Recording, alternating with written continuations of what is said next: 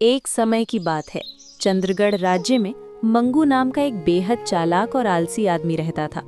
मंगू मेहनत करने के बजाय लोगों को धोखा देकर और छोटी मोटी चोरी करके अपना गुजारा करता था। कभी वो किसी गरीब का अनाज चुरा लेता तो कभी किसी के पैसे। पूरा गांव उससे परेशान था, यहाँ तक कि चंद्रगढ़ के राजा सूर्य प्रताप भी उसकी हरकतों से दुखी थे। मगर राजा बहुत दयालु थे, इसलिए हर बार उसे माफ कर देते थे। एक दिन मंगू पेड़ के नीचे आराम कर रहा था, तभी उसने देखा कि गांव के मुखिया हरिराम बड़े साज धज कर राजमहल की ओर जा रहे हैं। अरे मुखिया जी, आज इतने सज धज कर कहाँ जा रहे हैं? अरे मंगू, तुम्हें नहीं पता क्या?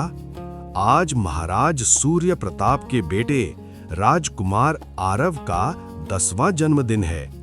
इसी खुशी में पूरे गांव को राजमहल में दावत दी गई है। वाह, फिर तो आज राजमहल में बहुत अच्छे अच्छे पकवान बने होंगे। लेकिन तुम्हें दावत में नहीं बुलाया गया है। क्या मतलब? मुझे दावत में नहीं बुलाया गया? महाराज का साफ आदेश है कि तुम आज राजमहल के आसपास भी दिखाई नहीं देने चाहिए। क्या मैं इस गांव का आदमी नहीं हूँ? ये तो मेरी बहुत बड़ी बेइज्जती है। तुम बहुत चालाक और शरारती आदमी हो मंगू। किसी दूसरे राज्य में होते तो राजा कब का तुम्हें सजा दे चुका होता। मेरी बात मानो, राजमहल जाने की गलती मत करना। दरअसल उस दिन राजा सूर्य प्रताप के बेटे राजकुमार आरव का 10वां जन्मदिन था। इस खुशी में राजा ने पूरे गांव के लिए दावत रखी थी, लेकिन इस दावत में सिर्फ एक आदमी को नहीं बुलाया गया था, और वो था मंगू। ये बात सुनकर मंगू को बहुत अपमान महसूस हुआ। उसने ठान लिया कि वो किसी भी हालत में राजमहल जाएगा। देखता हूँ मुझे कौन रोकता है। मैं आज जरूर राजमहल जाऊंगा। शाम होते ही मंगू चुपके से राजमहल पहुंच गया। वहां तरह तरह के स्वादिष्ट पकवान बने हुए थे। वाह, कितनी शानदार खुशबू आ रही है। आज तो पेट भर कर खाऊंगा। मंगू तुरंत खाने में जुट गया। तभी राजा सूर्य प्रताप की नजर उस पर पड़ गई। मंगू, मैंने तुम्हें राजमहल आने से मना किया था, लेकिन आज खुशी का दिन है, इसलिए तुम्हें माफ कर रहा हूँ। खाना खाओ और चुपचाप यहाँ से चले जाओ। राजा को बहुत गुस्सा आया, लेकिन खुशी का दिन होने की वजह से उन्होंने मंगू को जाने दिया और चेतावनी दी कि कोई गलत हरकत न करे। मगर मंगू की नजर तभी राजकुमार आरव के हाथ में पहने सोने की कीमती कंगन पर पड़ गई। लालच में आकर उसने राजकुमार को बहकाया। राजकुमार, ये कंगन तो नकली लगता है। अगर यकीन नहीं है तो जाकर अपने पिताजी से पूछ लो। नहीं, ये कंगन नकली नहीं है, ये असली सोने का कंगन है। पिताजी ने मुझे दिया है। अगर आपको यकीन नहीं है तो मैं पिताजी से पूछ कर आता हूँ। और मौका देखकर वो कंगन लेकर वहां से भाग गया। जब राजकुमार ने राजा को सारी बात बताई, पिताजी, बेटा आरव, तुम्हारे हाथ में जो सोने का कंगन था वो कहाँ गया?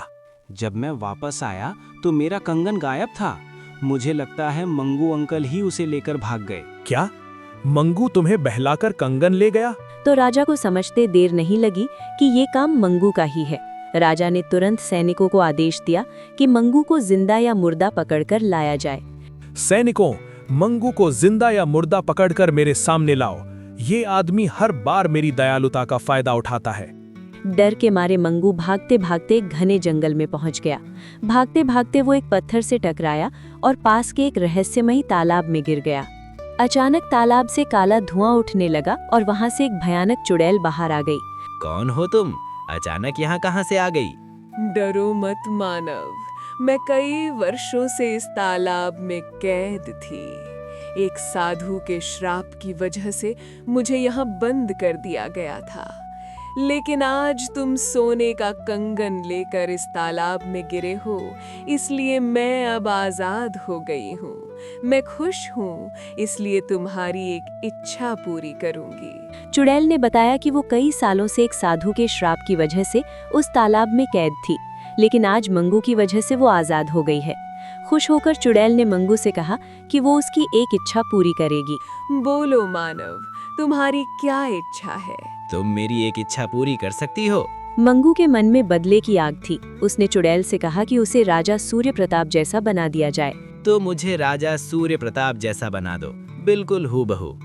जब मैं राजा जैसा बन जाऊंगा तो सब मुझे ही राजा समझेंगे। फिर मैं बिना लड़ाई किए ही राजा बन जाऊंगा।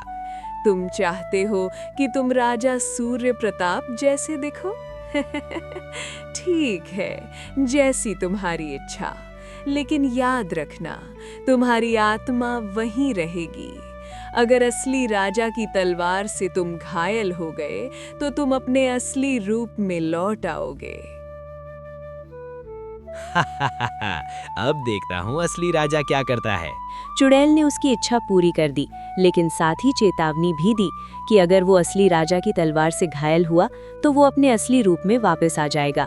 मंगू तुरंत राजा का रूप लेकर राजमहल पहुंच गया। अब महल में दो राजा खड़े थे। पूरा दरबार हैरान हो गया। आखिर फैसला हुआ कि दोनों के बीच युद्ध होगा। जो जीतेगा वही असली राजा होगा। अगर तुम सच में असली राजा हो तो साबित करो। हम दोनों के बीच युद्ध होगा। जो जीतेगा वही असली राजा कहलाएगा। युद्ध शुरू हुआ और असली राजा सूर्य प्रताप ने थोड़ी ही देर में नकली राजा को तलवार से घायल कर दिया। जैसे ही तलवार लगी, नकली राजा का रूप बदलने लगा और सबके सामने मंगू का असली चेहरा आ गया। उसी समय चुड़ैल प्रकट हुई और उसने सारी सच्चाई सबको बता दी। मैंने तुम्हें चेतावनी दी थी, लेकिन तुमने मेरी बात नहीं मानी। राजा सूर्य प्रताप बहुत क्रोधित हुए और उन्होंने सैनिकों को आदेश दिया कि मंगू को हमेशा के लिए कारागार में डाल दिया जाए। सैनिकों, इस दुष्ट मंगू को पकड़कर हमेशा के लिए कारागार में डाल दो। मंगू को जेल में डाल दिया गया और उसने अपनी पूरी जिंदगी वहीं बिताई। इस कहानी से हमें ये सीख मिलती है कि लालच और धोखा हमेशा इंसान को बर्बादी की ओर ले जाते हैं।